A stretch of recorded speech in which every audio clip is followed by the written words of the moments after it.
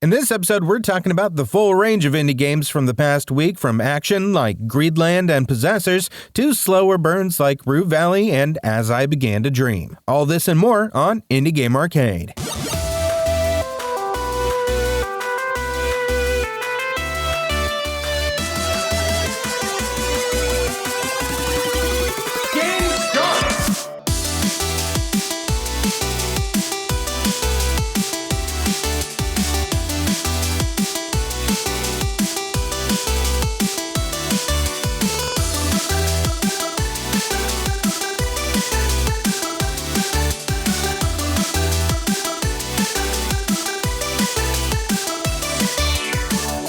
Welcome back to Indie Game Arcade, a podcast that deep dives into the latest and greatest indie games. I'm your dad of existential dread, Chris. And I'm your Deathloop devotee, Joseph. Thank you again so much for leaving all those reviews that you've been leaving wherever you're listening to podcasts. If you haven't done so, do us a solid. Leave a review somewhere like Apple Podcasts, Spotify, Podcast Addict, wherever you happen to be listening. So it helps with discoverability, which means we can get more people onto more indie games and get those into the ears of prospective players, prospectors, old prospectors who are mining for indie games to play. I don't know. They're doing something over there. Hey, we were kind of thrown off at the beginning a little bit because I originally said Greenland instead of Greedland when we were recording. Because it really like broke my brain. Yeah, because our Google Doc decided that Greedland isn't actually a word and changed it to Greenland on me, and I didn't catch it till I got all the way through, and then I had to go re-record that part. So, oh boy, it was almost like I was possessed. I was possessed by the spirit of autocorrect to say a word that actually exists. Speaking of being possessed, hey, our first game we're going to talk about is Possessors. See how I did that real smooth transition there? How kind smooth of, was that? It sounds like you have the energy of someone who just woke up. Yeah, it's because we're recording this in the morning. It's like 8 a.m. and I have not had my coffee yet. So, I have. Yeah. Well, I didn't want to get clicky good. mouth. Yeah, that's what noise removal is for. It's fine. Good point. Game start! Hey, Possessors was released November 11, 2025, developed by Heart Machine, which is the studio that brought you the amazing Hyperlight Drifter, and then the gigantic flop that was Hyperlight Breaker. Yeah. Published by Devolver Digital, retails for $17.99. And for a quick description, this is a fast-paced action side-scroller Metroidvania where you play as Luca in a quarantined ruined city caused by an interdimensional catastrophe. Also, the bleakest intro for like a game I've played in a long time. That opening scene where you were just crawling along the floor there with your just stubs where your legs got torn off. Man, that is bleak. Woo! It really sets the tone super early, and you find out that is immediately you because you have to crawl across the floor as this legless person who's bleeding out. Yeah. It's great. That was, fun start. If nothing else, that part is going to stick with me for a very long time. Like, I'm going to remember that intro to this game for a very long time because that was like, not the most shocking thing I've ever seen in a game. It was definitely just impactful for sure and very memorable. So yeah, that definitely stood out to me big time. Yeah, so this is one where, like you said, Hyperlight Breaker was a pretty huge flop. So it's dead now. Yeah. Well, wasn't it just early access? I don't even know if it had come out. It was completely. It's still early access. But the studio laid off the entire dev team. So it is essentially dead. Dead in the water. Well, yeah, maybe it's for the best. It's abandoned at this point. Yeah. So instead of beating a dead horse, we'll just ignore that exists because Hyperlight Drifter and Solar Ash, even, which I played some of, were very great games. So expectations from the studio itself were pretty high up until that point. So coming into Possessors, it was, there was a lot of question of like, okay, well, how's this going to be, especially with the studio kind of gutted like it was? What are we going to get from this game? And I'm even seeing on like Steam that it's just a mostly positive review, meaning there are people who are just like against it, probably coming off of Hyperlight Breaker with that chip on their shoulder. Now, I've put actually, I can tell you exactly, I've put 9 hours into this so far, and I'm really liking it because it's a Metroidvania, but it also has that like pretty challenging combat to it, which is very like parry heavy, or it benefits you to know how to use your parry in this game. And it's a pretty forgiving one too. It's not like one you have to be like super like micro precise with. It gives you, the enemies have good tells to all their attacks. And once you hit that, you're usually able to stun them pretty quick and get some attacks off. But I will say, like early on, before you kind of really understand it, it might seem like a pretty big difficulty curve to it, but there's also difficulty settings. I don't know what the other side, what the easy side is like. I don't know if it's just the enemy doing less damage or what, maybe attacking less frequently. But I'm playing just on the normal mode that they have, and I'm feeling really good about it. Like, yeah, there's some times where I'll die because I don't know a certain enemy, but I can usually come back and get them in, at least try 3 at most if I'm talking about like an elite enemy or a boss or something. And it just feels pretty satisfying to me. Not to mention, like, the art is just beautiful in this game. Yeah. The music's very somber. Like, it feels like it's got like a somber sort of mood to it altogether. And you're playing as Luca, like you said, who is just this not antsy, but this teenage girl who's just really growing up in essentially the slums of this city. Like, her mother, everyone works for this company that you are sort of, that is like in a certain way, without spoiling anything, like has essentially caused this like apocalyptic thing to happen that is set off at the start of the game. And her mother was one of like the like blue collar workers of that, or blue pass workers in this case, which are like the lower tiers. So they are kind of in the slums, and she's coming in not really knowing anything about what this company was doing behind the scenes, ends up like with this whole like apocalyptic event that the game starts with, like you said, where she gets her legs torn off by this invading like demon army. And the Possessor aspect of it is, that's where Rim comes in, who is the demon who makes a deal with her to essentially give her, allow her to live, give her sort of prosthetic legs to keep her moving. And the deal is like, I won't completely take over your body if you just give me a host, and I will allow you to live. So it's a pretty, like, given her circumstances, like, yeah, anybody would take that deal, because it's like that or die, right, or bleed out right there. So she takes that with the agreement that he is not fully going to possess or like take over her mind and body.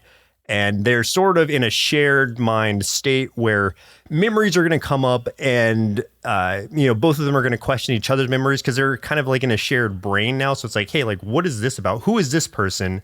And Rim has his, like, you can definitely tell that Rim is hiding some things, and Luca's a lot more straightforward about things because she is a teenager and she is just trying to get all of these feelings out.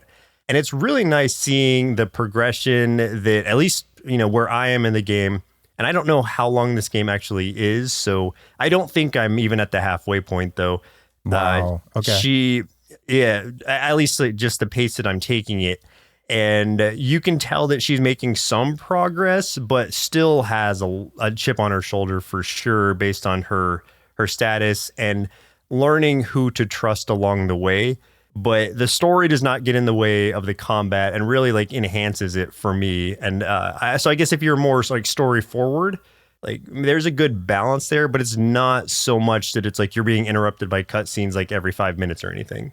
I also like the idea too that the reason the deal was made was because Rim was also gravely injured. So it was sort of like a desperation move on this demon's part also, because like he was not going to make it either. And what's really interesting too is the idea of how the enemies in this world are formed, which a lot of times are like failed possessions, I think is how he put it. The things will possess something like it's not just like people that can get possessed. It's like objects and items and stuff. So it could be like a vending machine or like a plant, like, you know, like a one of those plants you would see in the corner of an office or something. And that's really interesting to me. Generally, like what a failed possession would look like is just that's when the demon goes feral, essentially. So that's why you're going to be getting attacked by a lot of objects in this game. Vending machines, potted plants, anything that you could think of that would be in whatever sort of setting you're going through, depending on the biome you're in. You're going to see things like that, and most of them should probably not be trusted, especially if you see a traffic cone. Never trust a traffic cone. Those things are always possessed by something, sometimes really strong enemies. So you got to be careful. Like, don't sit there and just try to like pass it by, because it's gonna either be one of these little charging enemies or one that just like pops up from the ground and becomes like a huge enemy, and the traffic cone is just its like tiny head. So you just got to beware. Like you're on edge kind of all the time when you're running through these. But yeah, so fun. I'm really liking it so far. Combat's super satisfying. And like I said, there is a difficulty setting. So I think if people who are in it more for the story can enjoy that too. I don't know what the consensus is on the difficulty level of this. The only problems I've had are the occasional bug. Nothing that's been game breaking, but some things that have gotten me killed because either I'll get trapped in like the corner of something and won't be able to move until the enemy like kills me, or like not trapped to where it's like, oh no, I'm trapped and I can still move around. Like I literally like freeze because like my animation gets stuck or my character gets stuck in something. It doesn't happen often, but it has happened a couple times.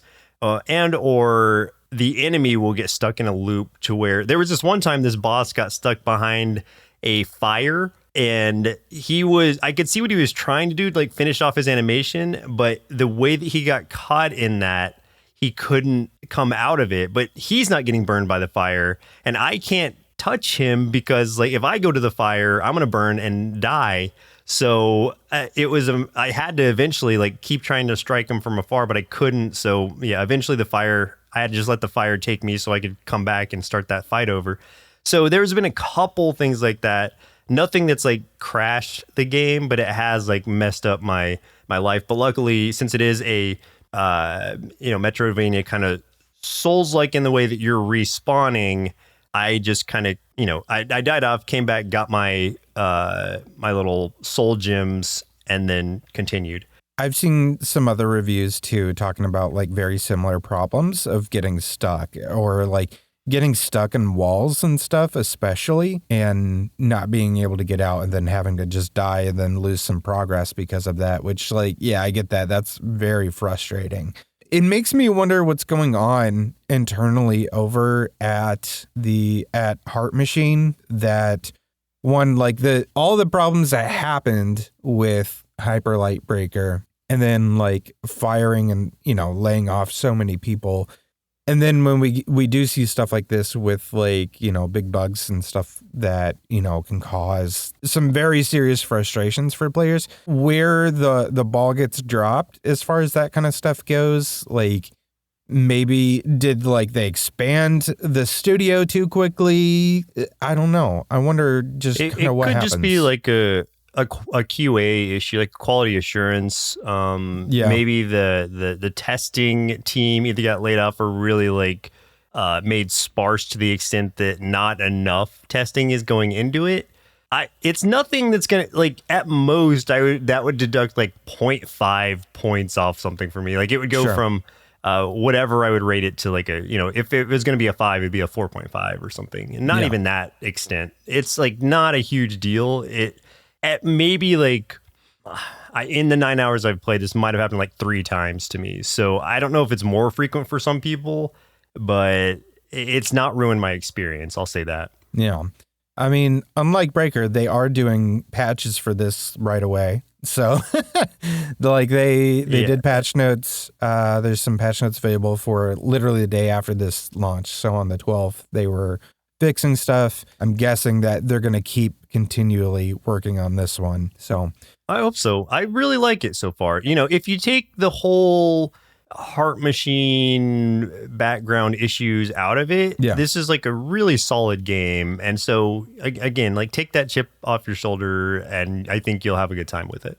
Yeah, I'm kind of surprised that like it has so few reviews compared to the other games. So like even Breaker, as you know, bad as that one went, has thousands of reviews, and this one. Well, that's because people are definitely going to jump on negative reviews. True, that's just how people are sometimes. That's a very good point. Yeah, more than they are positive, which is unfortunate. But to your point, I think maybe a lot of people are coming into this very cautiously.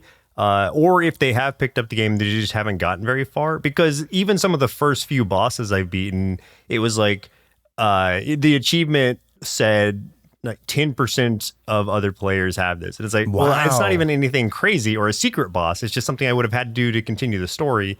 Meaning like 90% of the players are not even like trying to play it yet. Or well, not first boss, but you know, some of the first bosses, early bosses.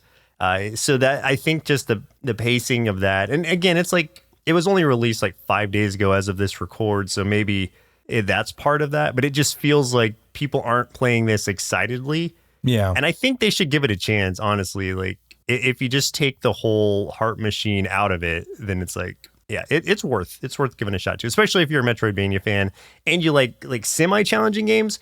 But something that's not like so punishing that it's going to be like ever frustrating. Not in my experience, at least. Give Possessors a chance. I'm tired. Please do. My tiredness is leaking through. Yeah, the more tired I am, the more like just like weird I get. So random jingles. Yeah. So sorry for everybody, you know, ahead of time. Yeah, or that's when you start throwing in your "give peace a chance" jingles, but with Possessors. Whatever we're talking about. Yeah. I'll try to do that for every game we talk about, including this next one, which is Rue Valley. New game. So Rue Valley also released on November 11th, 2025, developed by Emotion Spark Studio, published by Owlcat Games. Retails at $29.99. And for a quick description, this is a narrative isometric RPG about a man named Eugene Harrow who is trapped in a 47-minute time loop, who is dealing with mental health challenges and looping through the town of Rue Valley, trying to uncover the anomaly. So we did talk about this one a little bit very early on in the podcast because the developer sent us a very early review key that was just basically kind of the demo. And when we got that, I had you play it, but I didn't play it up until now. And I played like a lot farther beyond the demo and stuff. So I don't know how far into it I am, but because I just didn't look, because I'm sleepy. But played quite a bit of it one night, just a few hours, I think. And I got opinions. But like, first of all, do you remember much of your playthrough with this? I remember vaguely. I know you're sitting and talking to this like therapist guy, or because it's like a forced therapy kind of thing. At the beginning, and you're sort of just resetting based on choices you're making, but I truly don't remember much because it has been many months. It's been about a year since I've played this game, and I only played an hour of it because that was like the extent of the demo. Sure. So I couldn't tell you a lot. Okay, but maybe it'll start to come back to me as you start talking about it. Yeah. So in this one, this is the one that starts where you have so many points and you have to like assign them through a bit of like a personality kind of thing. Maybe there's like a spectrum of like introvert to extrovert, and then there's several dots on there that have, depending on like how far through that little spectrum you assign your points, will give you certain like kind of statistics of like maybe you are, you feel more guilty about things versus you are more like cold towards people, right? So yeah, and those are affecting your dialogue options. Yes. Also, if I remember right. Yeah, exactly, 100%. So like you get like these dialogue options and stuff for like different situations that you get in, like whether you're talking to people, whether you're trying to do actions. And depending on what those personality traits are, based on how you assign them your like little array and stuff, some of those options are going to be available or limited to you based on that. Like you might see something locked because you are someone that is dramatic and you're like, oh, I'm too dramatic. I can't do this other option. Or like I'm dramatic, so I have to go with this kind of option. Stuff like that.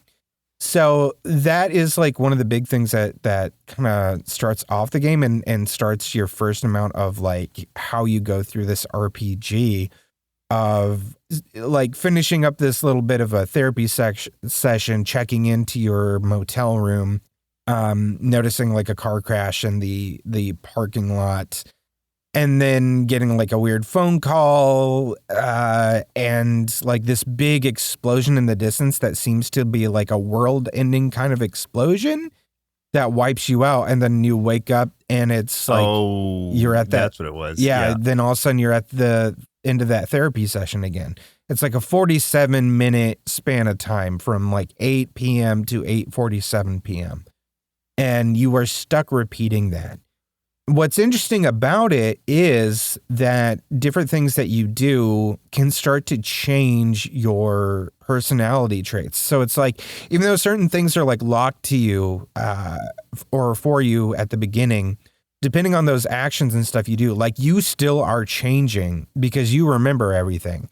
So like your personality can change, and some of those things can start to become available to you the more you play and the different choices and stuff that you make. So you're basically trying to solve like these little mini mysteries in addition to like figure out some of these people. And what is interesting that wasn't available in the demo is your car is available, and you can take that and select a few different places to drive to. And yeah, because you're pretty much stuck in the hotel or motel or whatever, like in the demo. Yeah, I assumed it all took place there. No, there's like other areas and stuff that you can get to, but it's not like you can get to like a city or something. Like you can get to this like dive bar out in the middle of nowhere that has a few characters there, and there's like different things you can learn about them.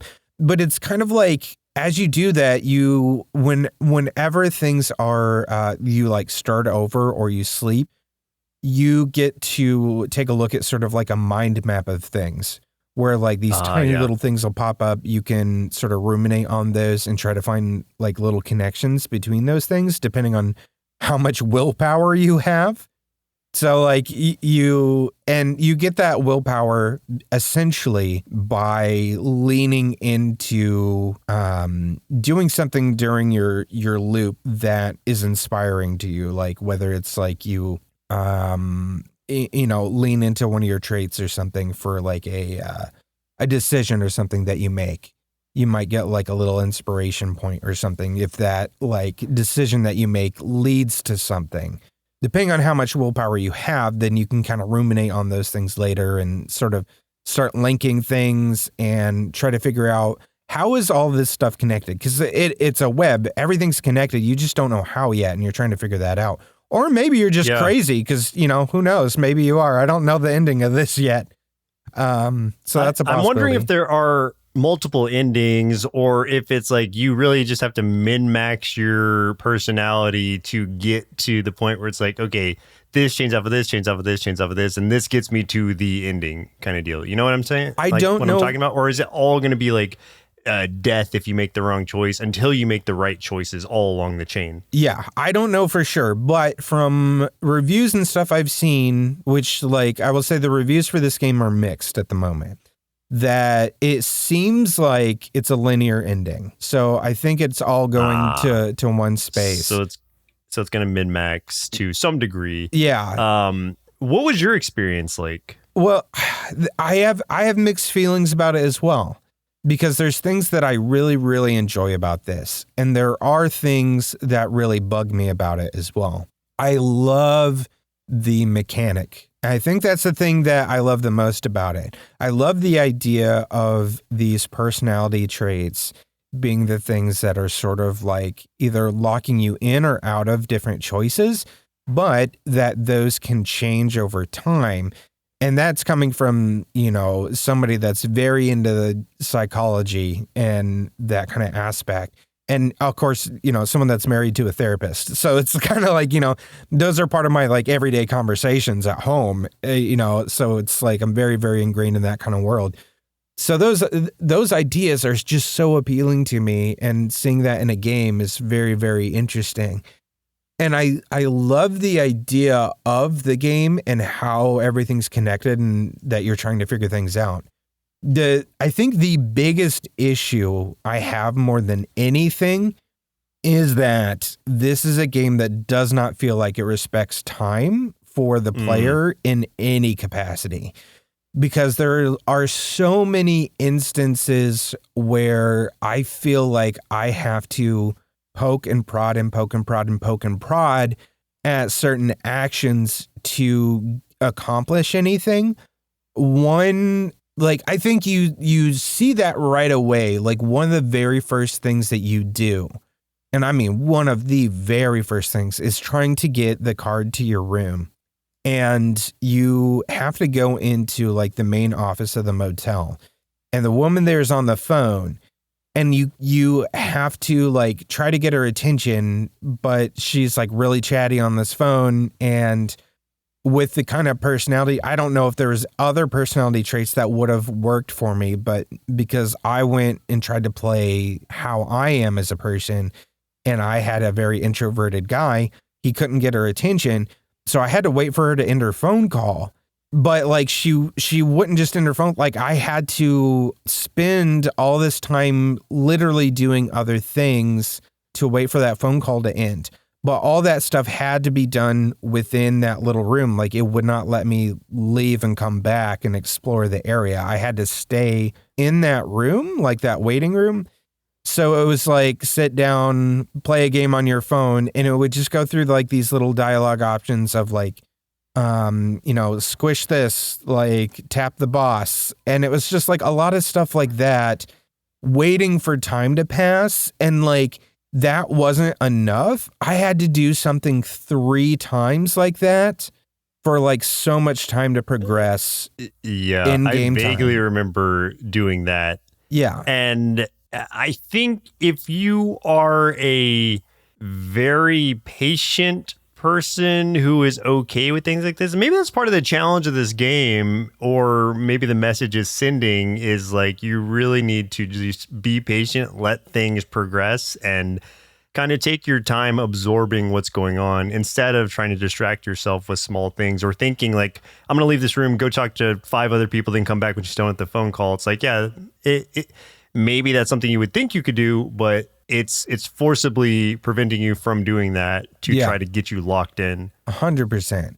And there's a lot of instances where things like that happen in different ways. There's this one place that I found towards the end of my playthrough before we came to record. This is like last night. I found this like random farmhouse, and I really wanted to get inside.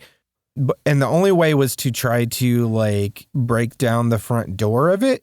But like I had to initiate like an action to try to like kick the door like 7 or 8 times before it would finally like happen. And it was just like I had to go through so much, like so many little dialogue things to do that. Whenever you're doing an action and stuff like that, there's a lot of inner monologue going on, almost in a conversational way of like your character thinking and almost like his brain almost kind of having a conversation with you. Like, I guess it's almost like his negative or like inner thoughts and stuff acting like a secondary character, kind of having this conversation with you every once in a while.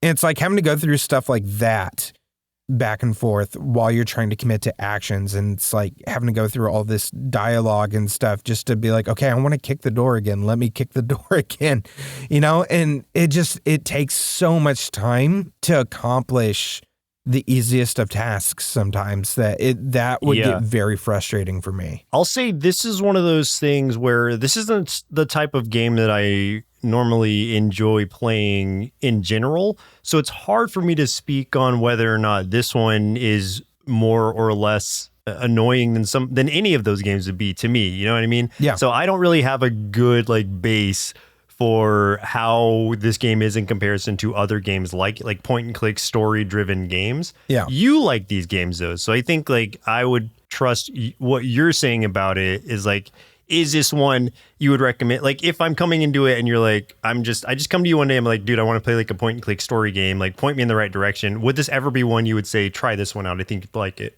I would not recommend this one to be a first one for sure. No. I probably wouldn't put it in a top 10 list anytime soon either, to be honest. I think it would be interesting to check out, if someone came to me and was just like, hey, I'm interested in a game that dives into mental health and psychology, then I might recommend this one. But if you were going for a point and click story rich experience, I probably wouldn't recommend this one.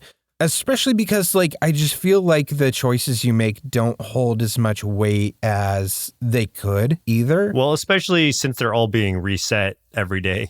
There's other games that do accomplish that, where those kind of choices that do still hold weight.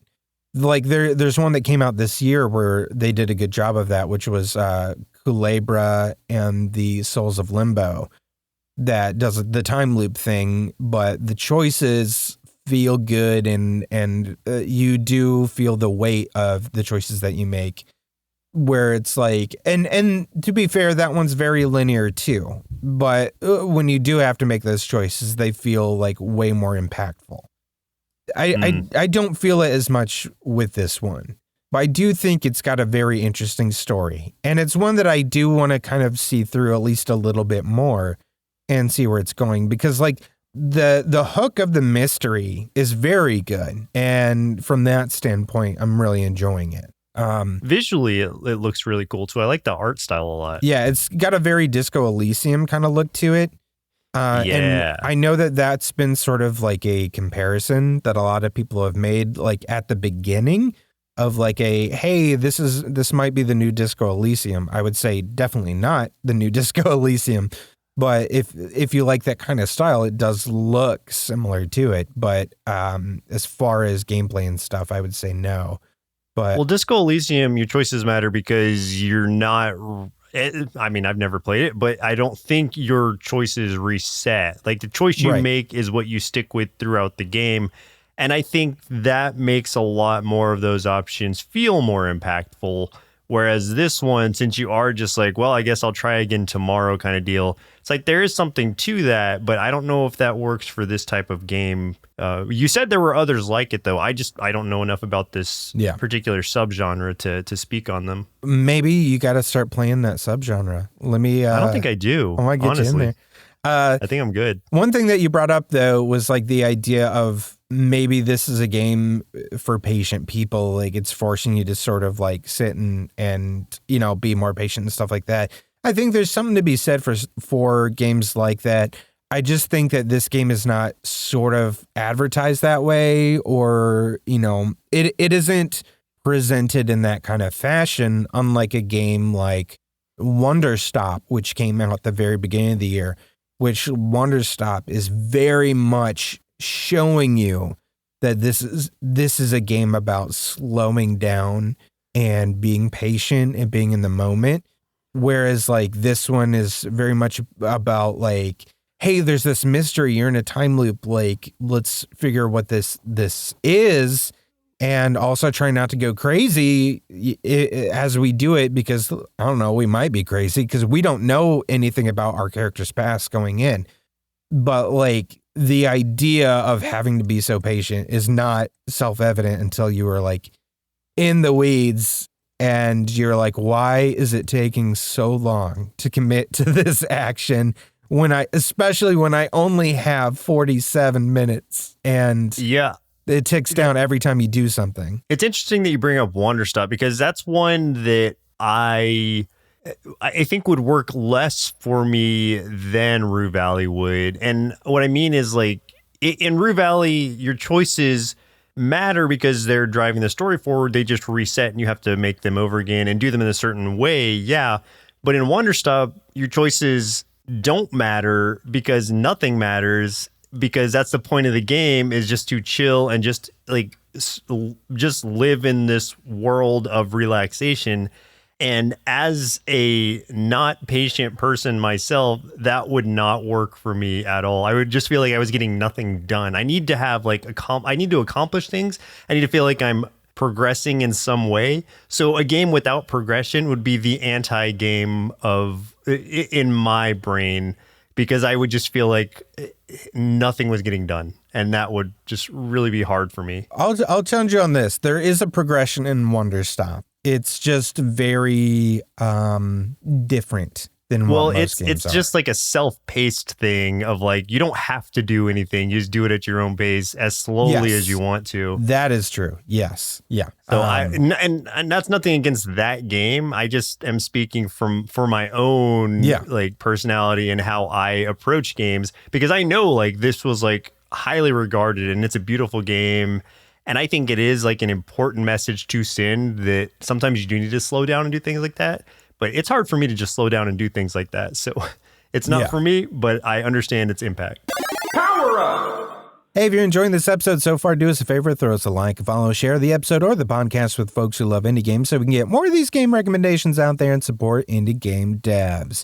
We also have that YouTube channel at youtube.com/nerdsloth where you can catch us playing more indie games, or check out our top 5 and top 10 series for even more indie game recommendations, because we believe there's an indie game out there for everyone. Combo! Let's talk about a few other indie games we've been playing this week. I'm going to try to be a little bit quicker with mine, because there's like 3 other ones that I played, and I don't want to keep us here for 3 days. But real quick, Gigasword was one of them, which is a puzzle-style Metroidvania where you are balancing the weight of the Gigasword. So, like, you are this guy with this big sword, and I think you played this before. Guts, essentially. Yeah, your guts from Berserk. And yeah, you're going through, like, in a very Castlevania style, going through like these castles and labyrinthine kind of areas and stuff in this Metroidvania, but using your big sword not only for attacking, but it's also to solve the puzzles. Like, it's a key sometimes it's part of like the puzzle itself. Like, there's like, you can't climb with it because of like how big it is and stuff. So sometimes there's like different puzzles with like pulleys and stuff, and it's like, okay, I need to put the sword down in a certain way and use different things to get the sword up to where I need it. And it's very interesting, and it was engaging my brain in ways that Metroidvanias don't always. And I really like that about this game, especially because I don't have the best twitch reflexes. So like, though there are plenty of action games that I enjoy and am good at, Metroidvanias are hit or miss for me sometimes. This one has been one that I've been enjoying quite a bit. I don't know if I played this one. I played a game very similar to it. I was looking at the demo page to see if I had any hours in it. It doesn't say I do. Oh, okay. But it's also one I know that I had expressed interest in because I love the idea of it for sure. Yeah, I think you would really enjoy this one. It's really cool. It's a good mix of like both the things that we like. Lots of puzzles, and then it's also got a lot of action and stuff to it. And like the art is so gorgeous, especially like when you're looking at some of the like boss designs and stuff. Man, they were cool. But like the backdrops, everything just looks so good in this game. I love the simplicity of it graphically, but it's also able to convey so much with so little. And I think there's an art to that. I also played As I Began to Dream. This was one that was actually sent to us by the publisher, which was Soft Source. It was developed by Strayflux. The puzzle aspect is you are actually manipulating the environment itself. So it's like to progress, it's like cool. There are blocks of the environment that are like out of order and stuff. And you're having to like rotate and flip things around to be able to like progress through the level. And sometimes that involves having to do like some backtracking and stuff within that little like section also. So it's like having to do that multiple times, like rotate things a certain way to get to one thing, rotate them differently again to get back around and then go like under something and get to the next part. So it's really interesting with that. And I really enjoyed that. What that reminds me of is those like, this is like slide, like those block slide puzzles. Yeah, like a Sokoban game style. Yeah. Yeah, if that's what those are called, then yes. Because like, as I'm like looking at some of the screenshots of it, it's like, oh yeah, you're just kind of like switching those around. While that looks simple in concept, like execution wise, I'm sure there's spots you hit where it's like, okay, where does this one go that would like optimize this and make me not get shot by, you know, a flying rock or whatever? Oh, 100%. Like it looks cool. Oh man, the art is just gorgeous. The art is so good. And there's definitely like an emotional like story going on like behind it and stuff. It's not a story that's like hitting you in the face either. It's not the kind that's just like, this is obviously the story. It's sort of like Grease in that way of like, you need to sort of think about it and find that meaning and stuff. But like, I would say there's a few more like obvious cues than Grease had, but you were very much going through an emotional dreamy-scape sort of journey here through this game that just adds more weight to it. It looks like one that would pair well with Celeste, but like a slower paced Celeste. Yeah. And like I was just thinking of this one part that I got to that was really fun where like this one section, there was like this, like these little like balls that I had to get to put in different things to be able to like progress, like to open a door to get through. But like you can't jump with those, and you could only like throw them so far. And I couldn't, like the way this puzzle was like laid out, I couldn't like get over this gap with it. So like the only thing I could do was to place it in a certain part and like rotate the different parts of the level around to try to get that ball to fall where I needed it to fall, and then rotate those things back with me on them to get me to the right place. And it was just like making my brain make brain hurt. It did it did the thing where like my brain felt all warm and like tired. I'm like, why? Okay. But you know, in a good way. So it seems like one of those things where it's like, yeah, it's almost like working a muscle you don't use very often. Yeah, my brain. When you're trying to, well, I was going to say just like in particular, like when you're trying to solve puzzles like this, because it's not something you face in everyday life generally. Yeah. So it's cool to just kind of like flex your brain like that. And then you feel like super accomplished. Oh my God. Yeah. When you achieve something like that, even when they're relatively simple, but the really complex ones, that's when you're like, oh man, I am just a genius. Yeah, I really, really enjoyed it. There's going to be a Let's Play of it up on our YouTube channel. By the time, so the game isn't out yet, but by the time you guys are hearing this, I think it'll be out and the Let's Play will be up at or around that time. So you can look forward to that. The last game I want to mention really quick is Yes, My Queen. This is a chess roguelite where you are playing these game-changing cards, bending the rules, and saving your queen, escaping from a dungeon. This is a game about chess where you could start knowing absolutely nothing about chess. Like, you don't need to know chess to play this game. It's what Balatro is to poker. Or yes. Balatro, whatever. Yeah, Balatro. I don't know how to say it. Yeah. When you first start, like literally the only pieces that you have are your queen and your king, and that is it. And your opponent will only have like so many pieces as well. And like you have to, obviously take all your opponent's pieces. I mean, that has not changed. Each time you defeat your opponent, then you get to pick like from 3 cards and stuff that you can add to your deck. And those cards will do something, either like enhance something like one of your pieces, or change something about the board, or do something to either your piece or the opponent's piece. It's really interesting. Like it just completely changes everything about it. You're also like earning currency and stuff. So like as you go, you can start buying more pieces to add. And that is where like the meta comes in, because like those pieces will stay. However, any piece that gets taken is lost. So if you buy a pawn and you lose that pawn, you've lost that pawn. As Gone you for like good. keep, okay. at least like during that run. So yeah. So it's really interesting from that aspect. Okay, how was your experience with it?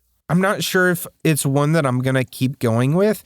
There was like another one that I played earlier this year that I felt like I had, I don't know, a little bit more fun with, which was Possessor. And I don't know what it was about Possessor. Maybe it felt like a little bit easier of an onboarding than this one.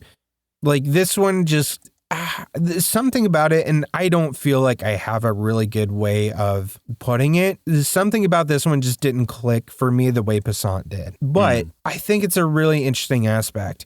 And maybe it's the idea that like, I think this one you have to spend a lot more time in before you really see a lot of progression. Whereas Possessor, I felt like I was getting really powerful really fast.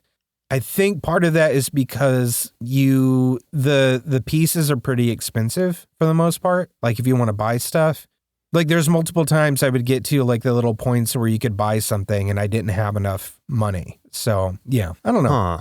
I wish they had a demo out. It's one I would like to try. $11 on sale right now, but $13 in full. And I don't know how long of an experience it is. It sounds like it might be padding a little bit of it by how you're saying it, like things are like super expensive early on, or you think there's a lot of like meta progression behind it. That is the equivalent of padding something out to make a short experience really drawn out. And if that's the case, that's unfortunate. Well, and I had played the demo, and which the demo's gone now. But like Possessor is about the same price as what this was. So they have kind of similar ideas, definitely different style, and probably different approaches to the rogueliteness of it all. Yeah. Well, interesting. Yeah. So what about you? So I played like so many games this past week, like smaller games, and some of them like very briefly. So I'll just like jet through as quick as I can, sticking on ones that I really want to talk about specifically. So I'll start with the Verho, The Curse of Faces. That one is a like PS1 graphics, Kingsfield like, I guess, which is essentially, the first person Dark Souls, if you want to really like simplify it. And I only played the demo of it, so I don't have like a huge experience with it, but I really enjoyed what I played so far. Absolutely. Is it challenging? Yes. But is that why you're going into a game like this? Also, yes. So if you are looking for just a good, fun Kingsfield like that took a lot of time in making this interesting but sort of obtuse world in the same way that a Souls-like game would, then I think this one will be right up your alley. That dark RPG aesthetic and the same style you're sort of thinking of, where you are just like you're in the first person kind of Skyrim perspective, but everything is like, you can die very easily. You'll reset. You can choose different classes based on the mask that you're wearing.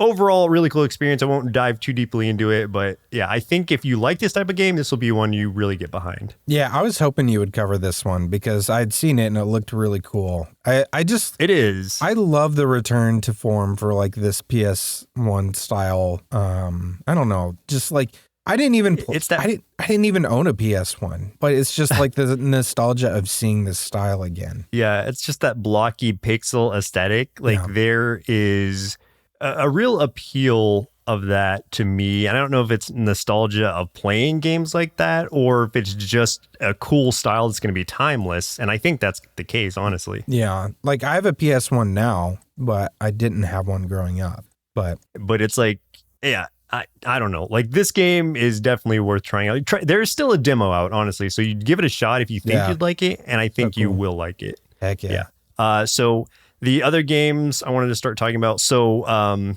let me go with a Bittersweet Birthday. I played the demo of that. This one is one that I think people who are super into story over the action will get behind. But I think for me, it became too heavy on the point and click story of it all than it did the combat, which is not the way that it's kind of presented at first. And maybe I was just too early on to know. I did finish the demo though, so I'm thinking like they should have like given maybe like a better perspective on what the full game was going to look like in that way, because it presents first as like bullet hell hack and slash Souls-like, and it's like going into that you would think, oh, that's going to be like the heavy focus of it, right? But that seems like such a small part. Most of the time I was sitting there in dialogue trees just talking to people and going through this world, and I'm just like, oh, come on, get back to the bullet hell hack and slash Souls-like.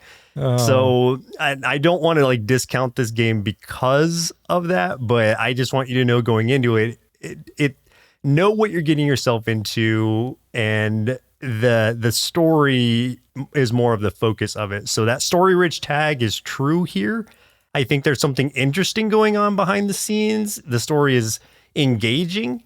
But if you're going in for the action of it all, that is kind of the backseat sort of thing. Right. That was my experience with it anyway. It looks good, though. I love the art. It does look really good. Yeah, it was cool, and I do like the combat of it. I just wish there were more of it for me personally. Sure. The other three games I want to talk about just real quick, because they all sort of follow the same Horde Survivor style. I'm going to start with Shard Squad, which I had spoken about before because it was an early or a Next Fest game that I had tried out. Yeah. Next Fest demo.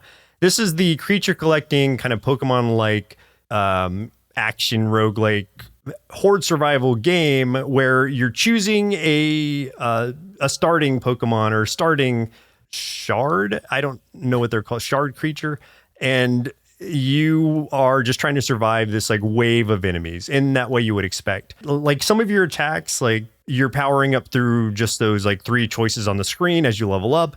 And at times you're also able to get allies. The allies come in the form of, they are also like attacks that will periodically come out and do certain things. There's synergies between those creatures and your primary creature, and you're able to level up those synergies as well.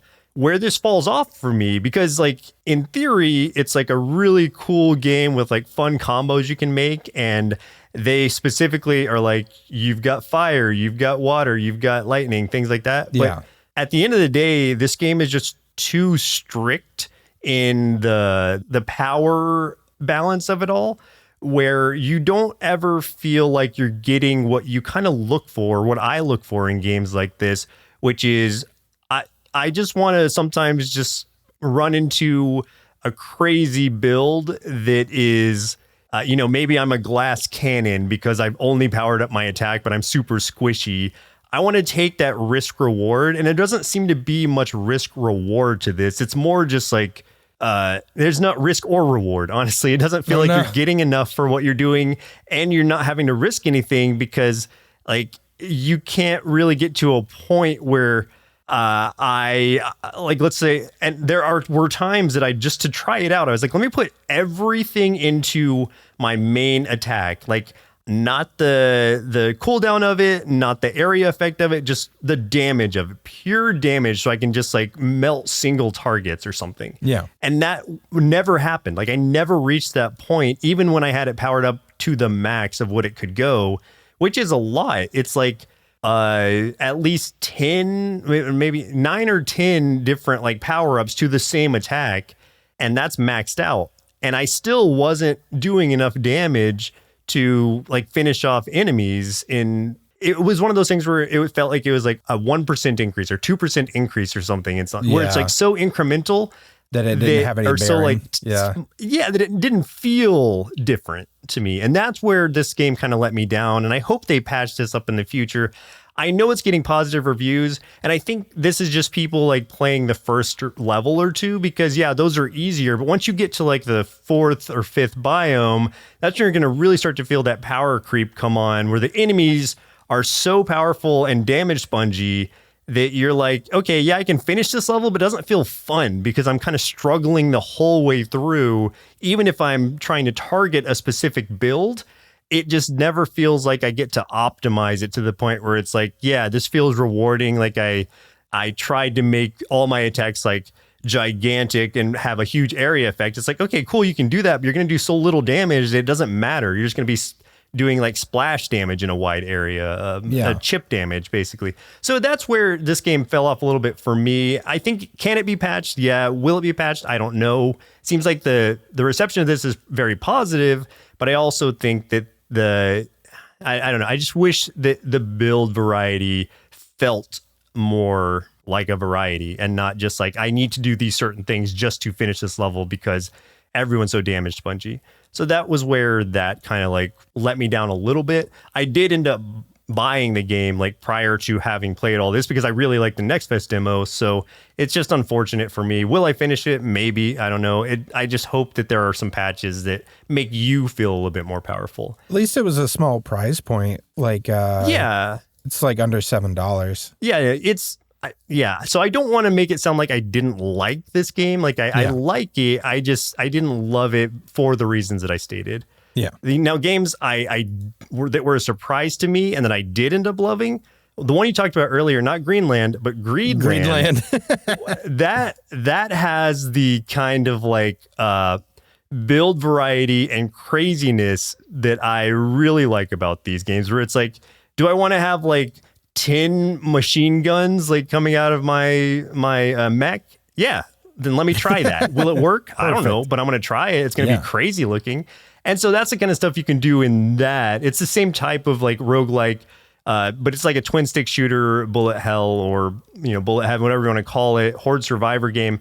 And that one just felt really like fun to me. Like my friend had come over, we just took turns playing it, and we were having a great time just seeing what kind of weird builds we could make, like really focusing on like one weapon and just seeing how crazy it could get. And that's the charm of these games to me that really succeeded, where the Shard Survivor one didn't, Shard Squad didn't for me. And the last one I want to talk about is the same sort of idea as Greedland, which was let them come Onslaught.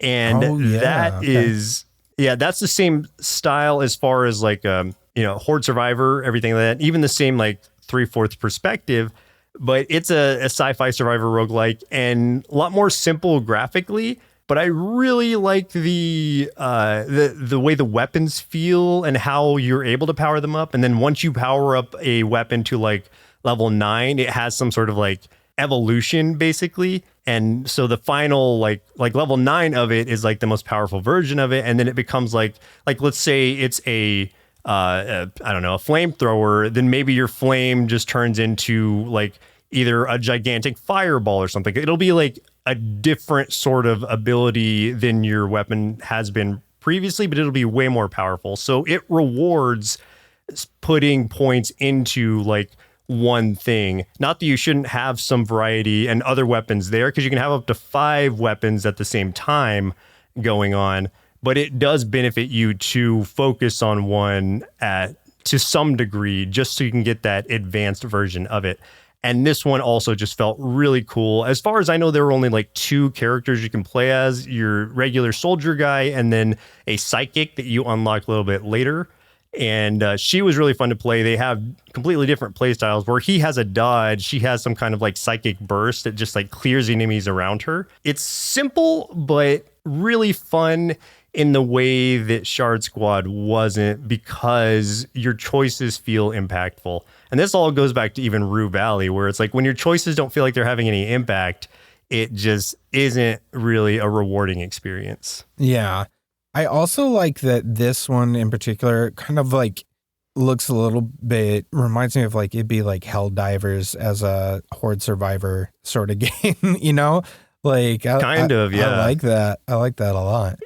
Which, like you're just cool. essentially crash landing on these various planets. Exactly. And just having to survive this like bug onslaught. So the Helldivers of it all for sure. But that one, it's not, it doesn't have a ton of reviews right now. It has 82, but yeah, which isn't a ton as far as Steam reviews go. But I think it doesn't look as fun as it is, or you might think it like feels very generic, but I'm really liking this one. I think definitely give this one a try. It's still got a demo out too. So again, that's Let Them Come Onslaught. Final round. Let's do a quick lightning round of a few other indie games we want to talk about. I just want to mention real quick a couple cozy games coming out next week that I really want to get into, which is The Berlin Apartment and Pieces of the Past. So a couple ones that I will love that will bore you specifically to tears, Joseph, but hopefully our audience will love them. Also, like a game that I was gonna try to do this week and it just got away from me was Goodnight Universe. That was one that I was gonna try to play for this week. The Psychic Baby one. Yep. And I bought it. I just didn't get a chance to dive in. I had played the demo a little bit in the past, but I wanted to get into the full game. And when I did the demo, I didn't get to do like the actual like face cam gameplay of it, which is like the main appeal that I want to try out.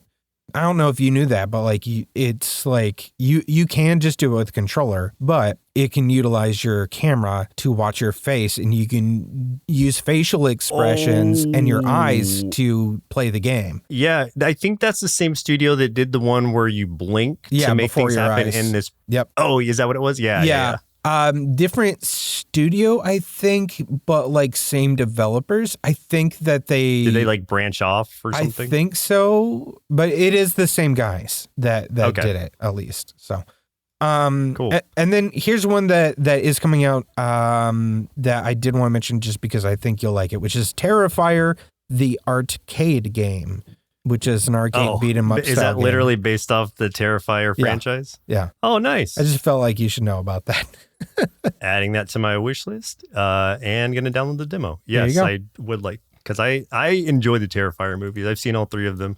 I haven't seen any of them. Curious about how this goes. Oh, yeah. Well, you're missing out. Anything? Yeah. So real quick, a couple more games that I played, and one that was from earlier in the year, which is why I didn't bring it up in the other games I played section.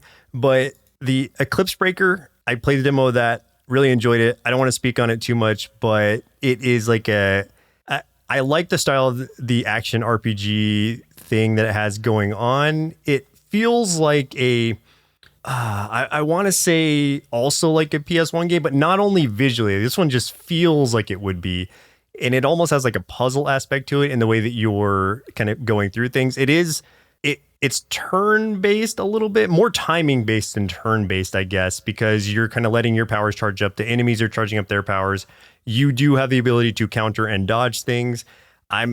It's hard for me to really sell it to anyone, but I just want to say, like, check out Eclipse Breaker that has a demo out. Try the demo, and if it's up your alley, you'll know right away. That was really cool when I played.